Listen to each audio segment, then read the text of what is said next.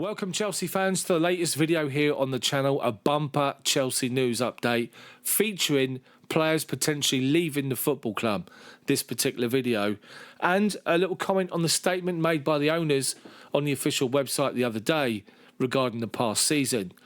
As regards to the players, we're going to talk about Mason Mount, N'Golo Kante, Kai Havertz, Mateo Kovacic, Christian Pulisic and Conor Gallagher.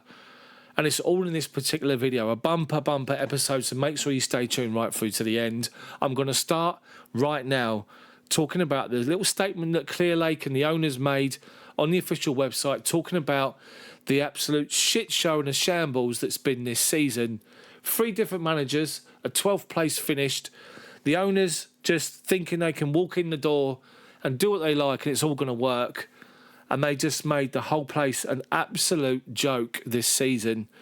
So I expected more from their statement, I have to say that. And the little statement on the website talks about them taking over. It talks about the promise they made and their continued drive to make sure they fulfil those promises. But when it talks about this past season, all they've said on the official site and their official statement was this: clearly for our men's team, it's been a disappointing season and there's a lot that we can and will do better. That's it. And what they do is then deflect it away to praise for the supporters, the loyal Chelsea fan base that has been here and will continue to be here long after the Todd Bowleys of this world leave the football club. The fans are the lifeblood of the football club. Players, managers come and go, but it's the fans that are here. And the fans made themselves pretty clear this season to Todd Bowley, and I expected more from that statement. The only acknowledgement of it being a shit show is that sentence, which I think is an absolute joke. It's just an absolute shambles, which they've contributed massively to it. And I sincerely hope that Mauricio Pochettino has sat them down and said, "Oi, leave the football to me. You lot stick and stay upstairs." And that leads me nicely into the stories regarding Mason Mount leaving the football club. As it stands, it looks as though Man United's interest is concrete. However, they're not going to pay Chelsea the 70 to 75 million that Chelsea want for Mount. But I just want to talk about the situation with Mount and why we're at where we are at the moment. And sources and you know, some verified sources have pretty much confirmed that the situation with Mason Mount was this. He had a meeting with Todd Bowley and Clear Lake, and he spoke about a new deal back in the summer, and it was loosely verbally agreed a contract that, you know, they'll give him what he wanted to get him time down to the football club, like they'd done with Reece James, like they'd done with others on long-term contracts. And it was all pretty much loosely done and will be done and stamped in January and February time. And then, of course, what's happened with Todd Bowley and the guys, they've moved upstairs because they brought in Paul Winstanley and Lawrence Stewart at the football club, who's handling transfers and negotiations. And it looks as though those two have come in and said, no, that agreement, we're not doing that anymore. We're now going to look at getting a paid per sort of bonus on how you play and how you perform. The kind of structure that most of the new signings have been put on in the January window. Of course, Mount, not happy with that because he had a loose agreement with the owners about the new contract. He's now been given or been offered a contract that's a lot less than what they'd already spoken about. And that's why there's this situation with Mason Mount. It looks as though United, as I said, are concrete interested in Mason Mount. Other people are as well. But Chelsea are not willing to let him go for what they believe to be market value of 75 million. United are not prepared to pay that. They're not going to stump up that amount of money for Mount.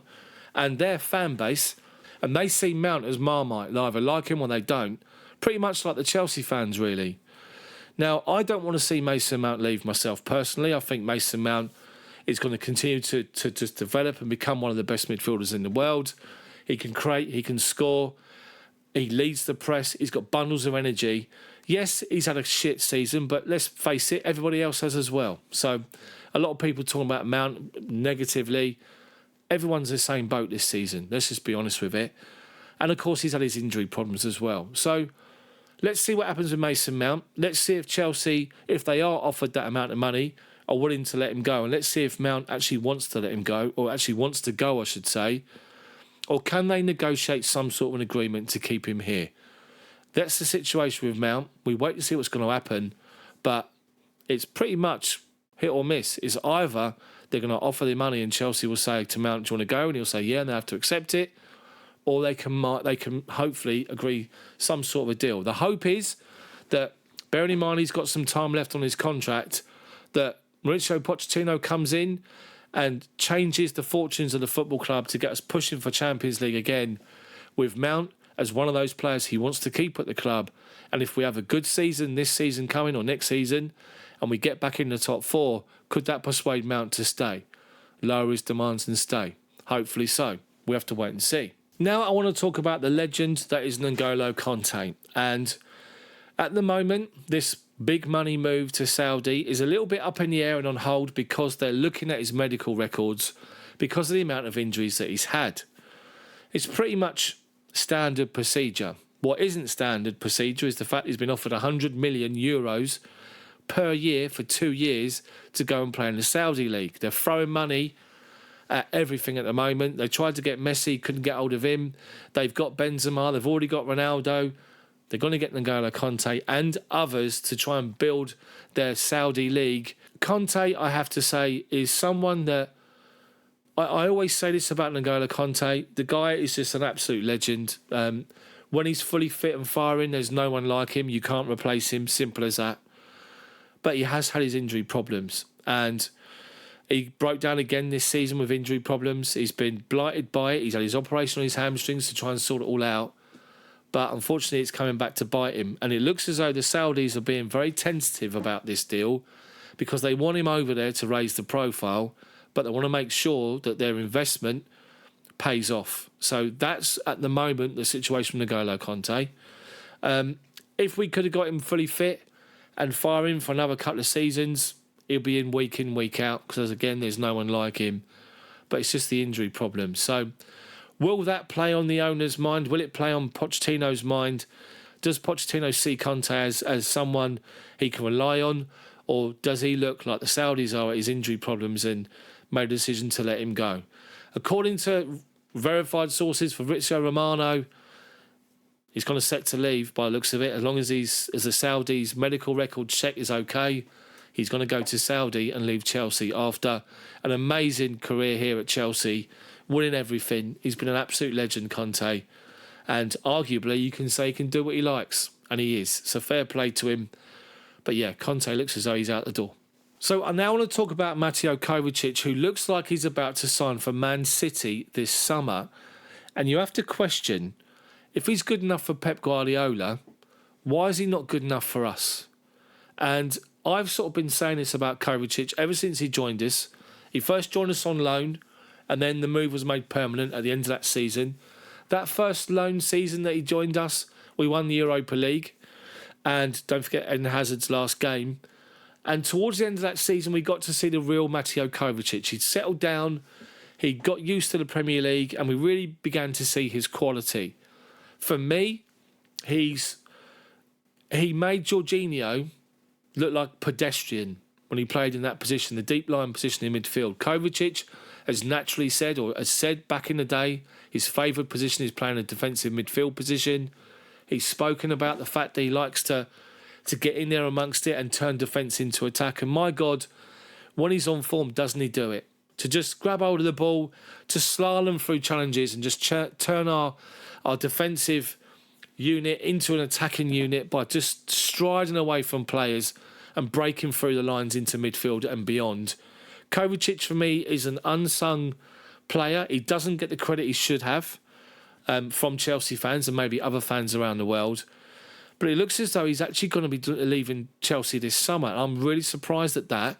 He's given an interview to a local publication called Nacional, and he said this about Man City. He said, everything is going towards the fact that after 5 good years, I will change. But in football, anything can happen. Right now, I'm focused on Croatia and the Nations League. When he was asked about Man City being in the Champions League final and could they win it, he said Man City is a top team and deserves to be in the Champions League final. That's what I have to say. The summer is long. Let's see what happens. Chelsea is phenomenal for me. I love the city and the fans, and they love me. I have a wonderful memories of Chelsea. We'll see what happens. Could Kovacic go? And are you surprised at that? Would you keep him? Would you want him to be at the football club? For me, I would. I'd want to keep hold of Kova and get rid of some others. Let me know what you think about Kovacic, comment section. Next up, Christian Pulisic, the player who literally, since he got injured a couple of seasons ago, has never really been able to get back into the football team and to make the position his own, has been in and out under different various managers. And the player that was signed for 58 million back in 2019 is now reportedly available for just 21 million pounds. And it looks like he could be joining AC Milan, who are quite keen on Christian Pulisic to go and restart his career over there, and you wish him well. Pulisic is only 24. We have to remember that. He's only 24. He looks like he's 34, but he's only 24. Is he someone that you think could become a mainstay and a player for Mauricio Pochettino, or will he go? Will he leave the football club? And let's remember, Pochettino has pretty much made it clear the players that he wants to be part of his squad going forward next season, with his mantra being that you sign for the football club just to train, and then you get picked if you train hard enough and play well enough in training. Is Christian Pulisic not that kind of a person? Not sure, but it looks as though, as per La Gazzetta dello Sport, that he could go to Milan just for 21 million, and he's willing to take a pay cut as well to do it. Pulisic could be the next one out the door. What do you think about that? Let me know. Comment section. Now to Kai Havertz and the interest from Real Madrid, which apparently is concrete. But once again, Chelsea are digging their heels in. They want £75 million to let Kai Havertz go. Madrid apparently are only willing to pay nothing more than 50 million for him, because obviously they got other targets. They're going to sign Bellingham for over 100 million, and they want Kai Havertz as well. What do you think about Havertz? What's your take on him and his time at Chelsea and the positions he's played in under different managers? False 9, number 10, a striker playing out wide of the attacking 3. He's never really had sort of a position that he could call his own to really sort of build on it and settle in and just evolve. He's always been pushed around from pillar to post. And I just wonder if he just had enough of it, really. And again, so, I mean, are Chelsea willing to let him go because Mauricio Pochettino doesn't see Kai Havertz as someone that could be part of his squad? I doubt that because of Havertz's quality. And I'm just a bit shocked by it. But Real Madrid want him. But there's also reports now that Arsenal are monitoring the situation as well with Madrid. If Madrid won't stump up any more than 50 million and Chelsea are not going to sell him, could Arsenal come in and place that bid for Kai Havertz and place the £75 million bid? And would he leave Chelsea to go to Arsenal? Remember, what's important to note here, Chelsea have got no European football next season at all. Not even the Poxy Conference League, despite the fact that West Ham is celebrating like they've won the World Cup. But we haven't even got that this season. It sounds obnoxious, I know, but never mind. So, is that going to play on a lot of these players' minds this season? No European football, no Champions League, no Europa League, no Europa Conference League. Is Kai Havertz a player that wants to be seen to be playing in the Champions League every single season? If he is, he's going to leave. Let's see what happens. What do you guys think about Havertz?